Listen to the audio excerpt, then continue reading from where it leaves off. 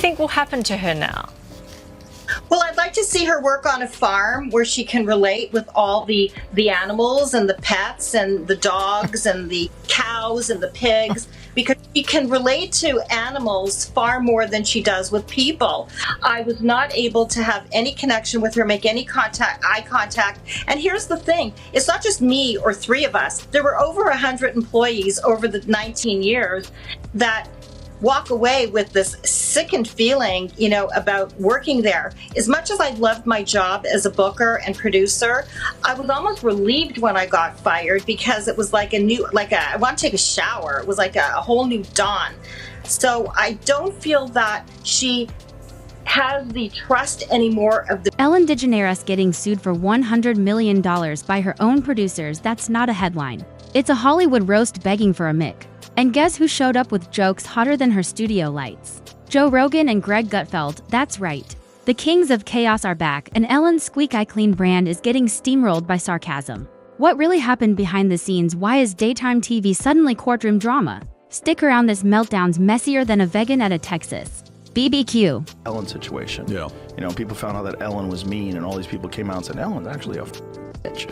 And then we're like, whoa. Yeah. Can't believe it. And she lost everything. She fell apart, disappeared, because people found out that this character that she was portraying in a half an hour on a television show is not really who she was. My buddy Greg, who was one of her writers, was like, she's a piece of shit. And he was like, she's a Once the queen of daytime kindness, Ellen is now starring in her most unexpected role yet, defendant. A $100 million lawsuit from the very producers who once clapped along to her monologues. And somehow, Joe Rogan and Greg Gutfeld have turned it into the roast of the decade. The woman who danced her way through scandals is now waltzing into legal chaos, and the applause has been replaced with subpoenas. Camera, she laughed while she badgered her staff. And so all good things must end, and also the Ellen DeGeneres show.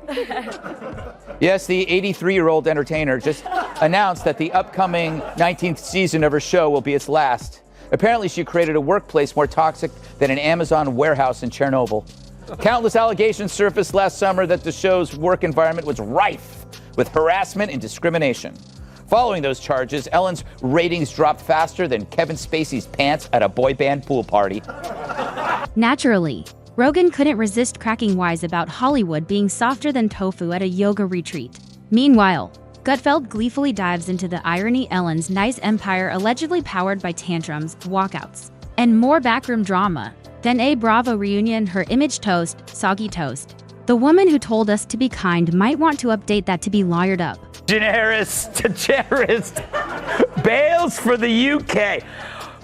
All right, I'm gonna go to you first, Kat, because this is I think you understand this story. So Ellen and her wife, Portia, have left their millionaire haven of Montecito for England. Now they're saying they'll never come back in the wake of Trump's win.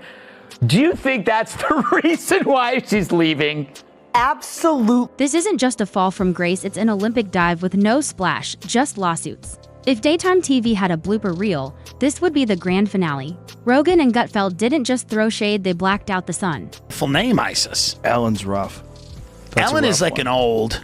But it's a rough one now. It's a rough one now because she was running Abu Ghraib in the back of her show. That's a rough one.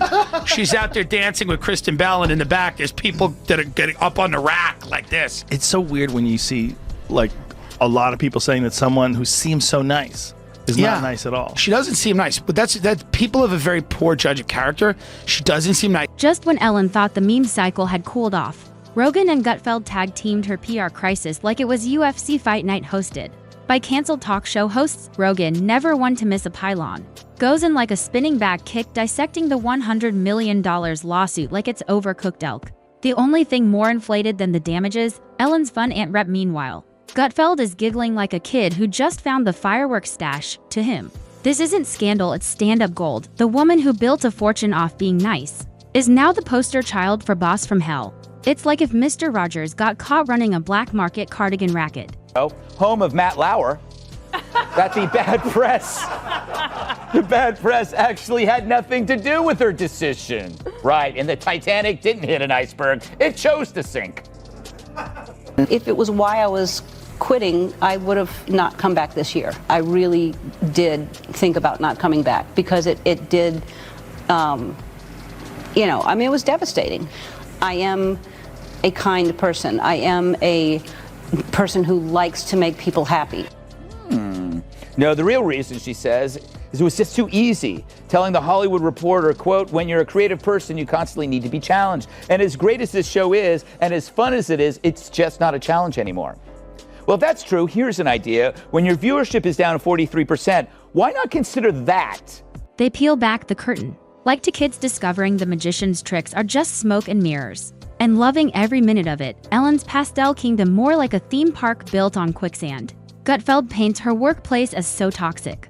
Even the Ferns filed HR complaints. He calls her brand the biggest con job since Fyre Festival. As for Rogan, he's marveling at the cult-like silence that kept the show running like a lavender spritzed psychological hostage situation. With the strike, They're picketing right now, so I think it's the early stages. I would think it might take a little bit with this one. when someone crosses the writer strike, that's some dirty shit. They cross the picket line. Yeah, I've never seen anybody doing that yet. I think it Ellen seems- did. I had a buddy of mine who was writing on Ellen. Everybody kind of knows now what she's really all about. And that's another one of those. bad Like, press. I'm so nice and I'm so sweet. Being behind. Then Gutfeld calls the whole show the daytime Hunger Games. From forced clapping to green room breakdowns. Rogan jokes the set was powered by repressed emotions and passive-aggressive post-it notes. Forget celebrity sing-alongs, the real show was backstage where tension could slice through vegan cupcakes, with a lawsuit blowing the lid off.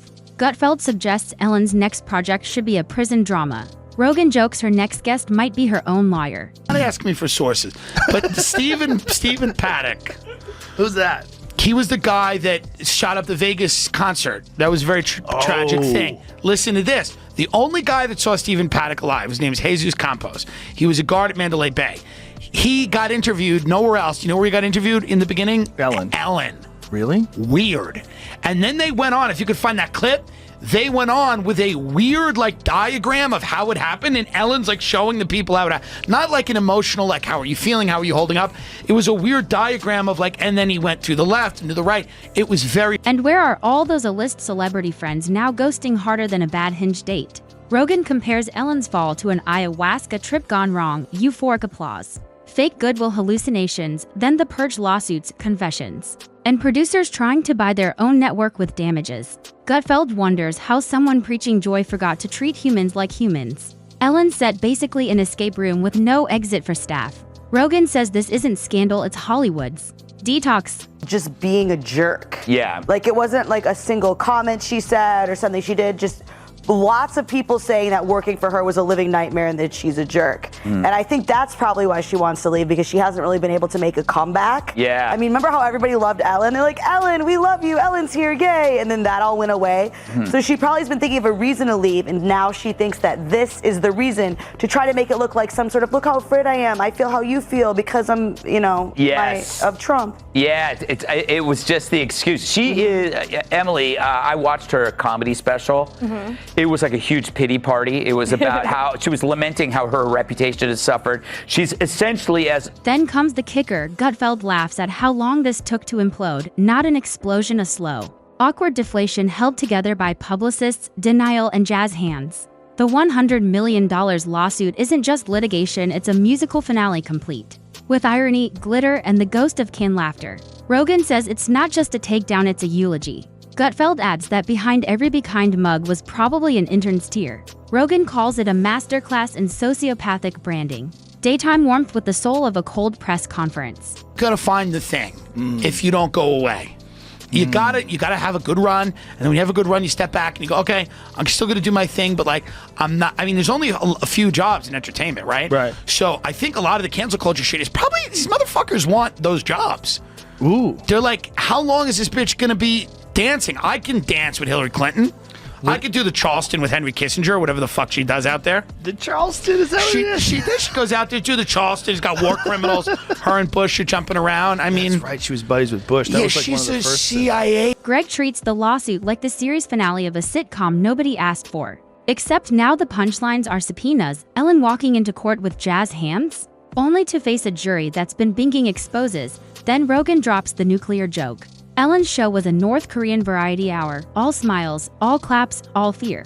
And when it gets too real, just cut to a dancing segment and pretend it never happened. Stay in the hell of Trump. We're out of here. By the way, Walter. I think we could let the illegal aliens stay if we get enough of Hollywood to self-deport. Yes. I will take 1,000. You know, exactly. I'll take 1,000 Venezuelan migrants for one share. Exactly. If you can get one Hollywood star to leave, you get to stay. Otherwise, it's out. You know what, though, it's funny?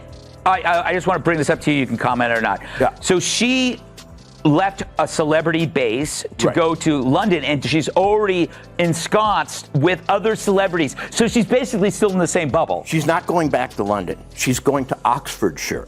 And as the only person on this set who attended Oxford University. No, way to drop that It's in. true. I can tell you that there is nothing high British Oxford society loves more than a failed and despised American talk show. Greg suggests a rebrand, no monologues. No guests, just 30 minutes of silent eye contact with a houseplant and ominous music. Call it the Ellen Experience, Remorse Edition. Rogan throws out possible book titles, Be Kind While You Cry in the Bathroom. Gutfeld prefers tears behind the teleprompter that mock the lawsuit claims, public shaming. Intimidation, emotional warfare. Rogan says even reality TV villains are taking notes. Gutfeld jokes Ellen wasn't a host, she was a character, the Mr. Rogers of passive aggression, and somehow we all bought it. That all the time, she doesn't seem nice. It's very forced. And whatever, you're allowed to be a bitch, right? You're allowed to be a bitch. You're allowed to be nasty to people. You're accomplished. You're a comedian. You did the whole thing. What you're not allowed to do is have a Guantanamo Bay situation in the backstage of your show where everybody's walking around afraid for their life, and it's like Abu Ghraib where they're hooked up to wires and they Dogs have like around them. Yeah, she's got dogs and hoods. If an intern's late, they have a hood on. It's not about money anymore, it's about legacy.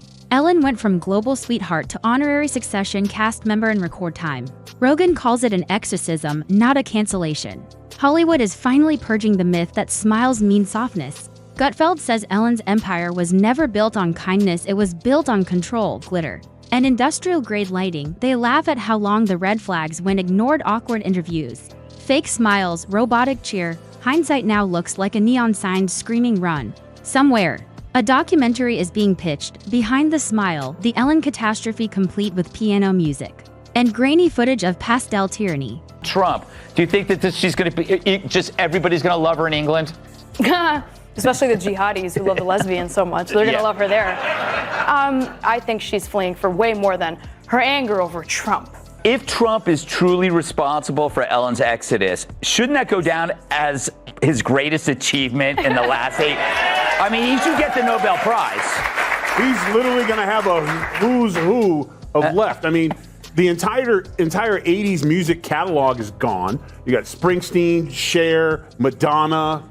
I just don't know why they keep showing pictures of Aaron Rodgers with blonde hair. Greg imagines Ellen's studio had a hidden bunker for stressed-out interns doing breathing exercises, next to a cardboard cutout of Oprah. Then they riff on Ellen's possible rebrand as a wellness guru, juice cleanses, healing crystals. A podcast called Beneath the Smile. Rogan jokes about Ellen interviewing people about trauma while sidestepping her own. Greg closes with a final gut punch: if Ellen wants to win back trust, maybe start with not getting sued for more than the GDP of Luxembourg. And that's the punchline when your empire of kindness collapses under the weight of its own hypocrisy. Even the most jaded commentators start sounding like prophets. The dance is over. The music has stopped, and Ellen's brand, it's officially in the spin cycle.